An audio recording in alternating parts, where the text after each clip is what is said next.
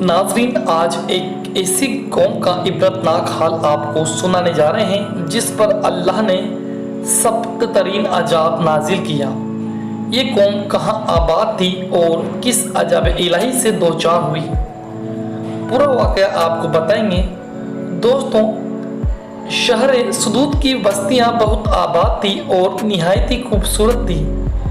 وہاں پر طرح طرح کے پھل، میوے، اناج پیدا ہوتے تھے، لیکن یہ قوم دین کی روشنی سے بیزار تھی اور ایک ایسے گناہ میں ڈوب چکی تھی جسے انگلان کہتے ہیں۔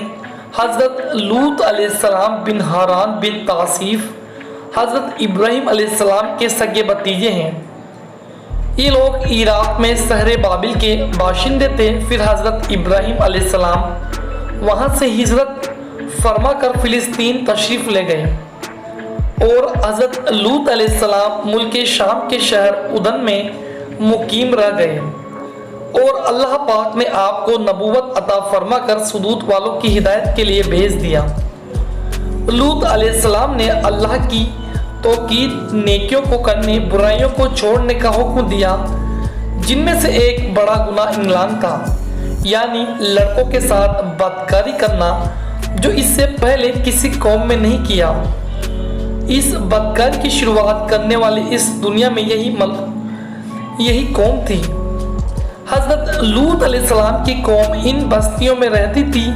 وہ بہت شاداب اور خوبصورت بستیاں تھیں۔ شہر کی خوشحالی کی وجہ سے لوگ ان بستیوں میں مہمان بن کر آیا کرتے اور ان شہر والوں کو ان کی مہمان نوازی کرنی پڑتی تھی۔ اس لیے اس شہر کے لوگ مہمانوں سے بہت ہی تنگ ہو چکے تھے، مگر مہمانوں کو روکنے اور بھگانے کی کوئی صورت نظر نہیں آ رہی تھی۔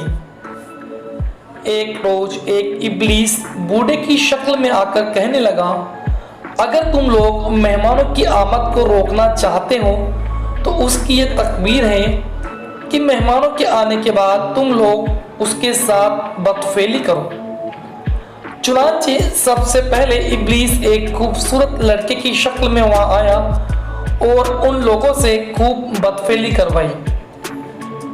اس طرح ان لوگوں نے بدفعلی شیطان سے سیکھی۔ پھر دھیرے دھیرے اس بدکاری میں یہ لوگ اتنے ماہر ہو گئے۔ لوط علیہ السلام نے ان لوگوں کو اس بدکاری سے روکا۔ تم وہ بے حیائی کرتے ہو تم سے پہلے اس جہان میں کسی نے نہ کی۔ تم تو مردوں کے ساتھ شہوت کے ساتھ جاتے ہو، عورتوں کو چھوڑ کر تم لوگ حد سے گزر گئے ہو۔ اس بات کو سن کر ان لوگوں نے بے حیائی اور بے باکی کے ساتھ کیا کہا، قرآن نے اس کو بھی بتایا ہے۔ ان لوگوں پر اللہ کا عذاب آ ہی گیا۔ چنانچہ حضرت جبریل علیہ السلام کچھ فرشتوں کو لے کر آسمان سے نازل ہوئے۔ پھر یہ فرشتے مہمان بن کر حضرت لوط علیہ السلام کے پاس پہنچے۔ یہ فرشتے بہت ہی خوبصورت لڑکے کی شکل میں تھے۔ ان فرشتوں کی خوبصورتی اپنی قوم کی بدکاری کو دیکھ کر حضرت لوط علیہ السلام بہت ہی فکر مند ہوئے۔ پھر اس قوم کی بدکار لوگوں نے حضرت لوط علیہ السلام کے گھر کی دیوار پر چڑھ گئے۔ حضرت لوط علیہ السلام نے ان لوگوں کو سمجھایا، لیکن اس قوم نے ایک نہ سنی اور مہمانوں کے سامنے حضرت لوط علیہ السلام غمگین ہوئے۔ انہیں دیکھ کر حضرت جبریل علیہ السلام نے فرمایا، آپ فکر نہ کریں، ہم اللہ کے فرشتے ہیں اور ان پر اللہ کا عذاب لائے ہیں۔ آپ اس بستی کو چھوڑ کر نکل جائیں اور خبردار پیچھے مڑ کر نہ دیکھیں، ورنہ وہ بھی اس عذاب میں گرفتار ہو جائے گا۔ حضرت لوط علیہ السلام اپنے گھر والوں ہمراہوں کے ساتھ بستی سے نکلنے لگے۔ پھر حضرت جبریل علیہ السلام ان بستیوں کو اپنے پروں پر لے کر آسمان کی طرف کچھ اوپر جا کر ان بستیوں کو الٹ پلٹ کر دیا۔ ان لوگوں کی لاشیں ٹوٹ کر بکھر گئی اور چکنا چور ہو گئی۔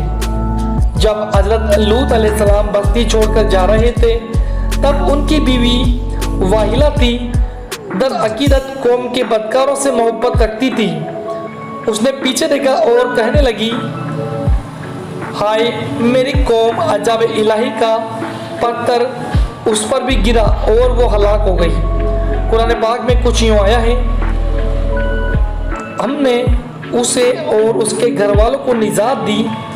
اس کی عورت برے جانے والوں میں ہوئی اور ہم نے اس پر ایک پتھر برسایا، دیکھو کیسا حال ہوا۔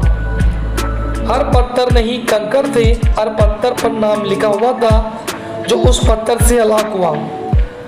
آخر میں اللہ پاک سے دعا ہے اللہ پاک ہمیں اس واقعے سے عبرت حاصل کرنے کی توفیق عطا فرمائے، آمین ثم آمین۔